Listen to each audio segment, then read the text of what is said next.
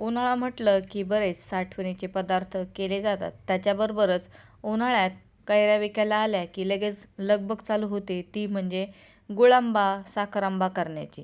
तर इथे आपण वर्षभरासाठी साखरांबा करणार आहोत.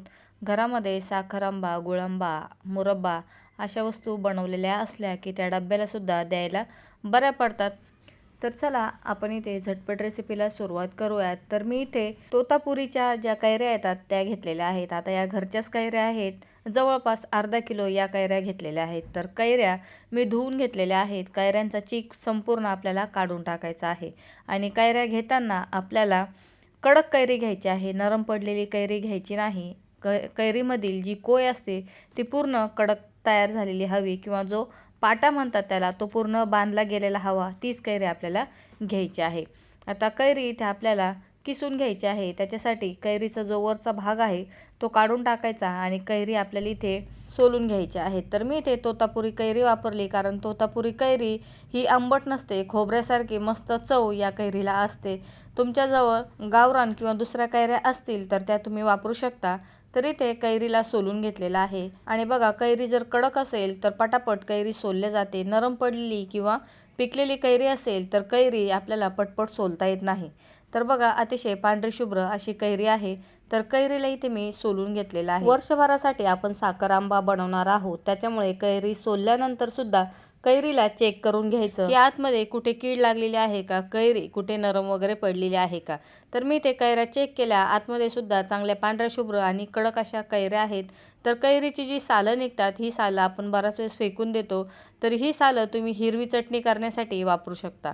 आता कैरी आपल्याला किसायची आहे. किसताना बारीक साईड आणि एकदम जी मोठी साईड आहे तिच्याने न किसता जी मधली मीडियम साईज आहे त्या साईजने मी इथे कैरी किसून घेणार आहे. खूप मोठ्या भागाने जर कैरी किसली तर कैरी शिजायला वेळ लागतो, आणि खूप छोट्या भागाने जर कैरी किसली तर कैरी खूप पाणी सोडते. तर बघा, इथे कैरी किसून झालेली आहे आणि कैरीचा जो पाट आहे तो पूर्ण तयार झालेला आहे. अशीच कैरी आपल्याला साखर आंब्यासाठी घ्यायची आहे. खूप कवळी किंवा खूप पिकलेली कैरी घ्यायची नाही. कैरीमध्ये बघा भरपूर असं पाणी आहे, आणि तोतापुरी कैरी ही आंबट नसते, अशी ही किसून आपण ही कैरी खाऊ शकतो. तरी ते पॅनमध्ये फक्त 1 चमचा तूप घेतलेला आहे. तुम्ही तूप घेतलं नाही तरी चालेल.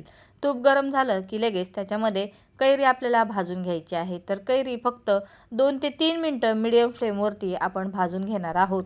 आता मी इथे फक्त 1 चमचा फ्लेवरसाठी साजूक तूप घातलेलं आहे. जास्त तूप घालायचं नाही. जास्त तूप जर घातलं तर जसं तूप थिजतं त्याच्याबरोबर आपला साखर आंबासुद्धा थिजत असतो किंवा घट्ट होत असतो.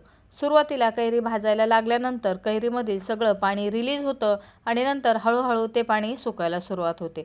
तर बघा, इथे कैरीमधलं सगळं पाणी रिलीज झालेलं आहे. आता इथे 1-1.5 मिनटं झालेलं आहे आणि पुन्हा 1-1.5 मिनटं मी या कैरीला भाजून घेणार आहे. जशी जशी आपण ही कैरी भाजतो तशी तशी ती शिजते आणि कैरीचा कलर थोडासा डार्क होण्यास सुरुवात होते. डाळ शिजल्यानंतर डाळीचा जसा कलर चेंज होतो तसे इथे कैरीचा कलर चेंज होतो. 3 मिनटं मीडियम फ्लेमवरती मी कैरीला भाजून घेतलं. जवळपास 1.5 वाटी कैरीचा किस होता, त्याच्यासाठी मी पाऊण वाटी साखर घेतलेली आहे. साखरेचं प्रमाण आपल्या आवडीनुसार कमी जास्त करायचं. त्याच्यामध्ये फक्त 1 वेलची, छोटासा दालचिनीचा तुकडा आणि 1 लवंग टाकलेली आहे. तर बघा, तोतापुरी कैरी जास्त आंबट नसते म्हणून मी साखर कमी घातली. तुम्ही जर गावरान कैरी वापरणार असाल तर ती कैरी खूप आंबट असते, त्याच्यासाठी साखरेचं प्रमाण थोडंसं वाढवू शकता. मी इथे अर्धा किलो कैरीसाठी 200 ग्रॅम साखर वापरलेली आहे आणि 1 मिनिटामध्येच बघा साखर पूर्ण मिक्स झालेली आहे. सुरुवातीला मीडियम फ्लेमवरती मी साखर मिक्स करून घेतली आणि पूर्ण साखर मिक्स झाल्यानंतर बघा 4 मिनटं लो फ्लेमवरती या साखर आंब्याला शिजवून घेतलेलं आहे. आता किती घट्ट आणि किती पातळ ठेवायचं ते आपल्यावरती आहे.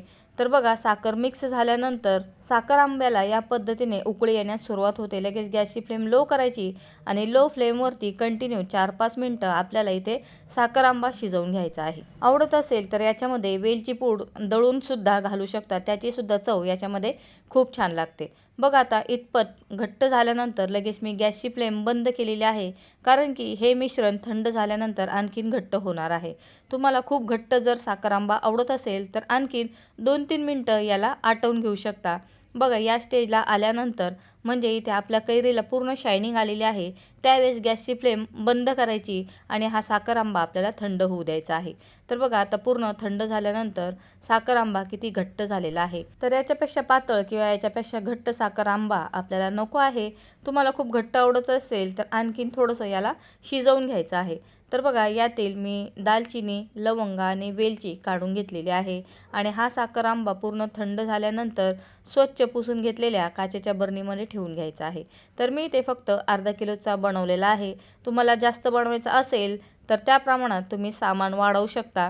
तरी ते बघा फक्त 10 मिनिटामध्ये आपला साखर आंबा तयार झालेला आहे. अशा वस्तू घरामध्ये बनवल्या असल्या की आपण टिफिनला आरामात या वस्तू देऊ शकतो आणि 1 चमचा साखर आंब्याबरोबर आपण 1 चपाती आरामात खाऊसुद्धा शकतो. तरी ते बघत असाल आपल्या साखर आंब्याला कलर, टेक्स्चर किती छान आलेला आहे. रेडीमेड विकत आणलेल्या मुरब्ब्यापेक्षा किंवा जामपेक्षा घरी बनवलेला साखर आंबा कधीही चांगला आणि आंबट गोड चवीचा हा साखर आंबा खरंच खूप छान लागतो. तर मी ते फक्त अर्धा किलो बनवला. हा फक्त 1-2 दिवसामध्ये संपेल. जास्त बनवला तर काचेच्या बरणीमध्ये वर्षभरासाठी स्टोअर करायचा आहे. गुळांबा, मुरब्बा, साखर आंबा अशा आंबट वस्तू किंवा कैरीच्या वस्तू ॲल्युमिनियमच्या भांड्यामध्ये काढायच्या नाहीत. त्याच्यामुळे ॲल्युमिनियमची भांडे खराब होत असतात आणि त्याचा लेयरसुद्धा निघत असतो.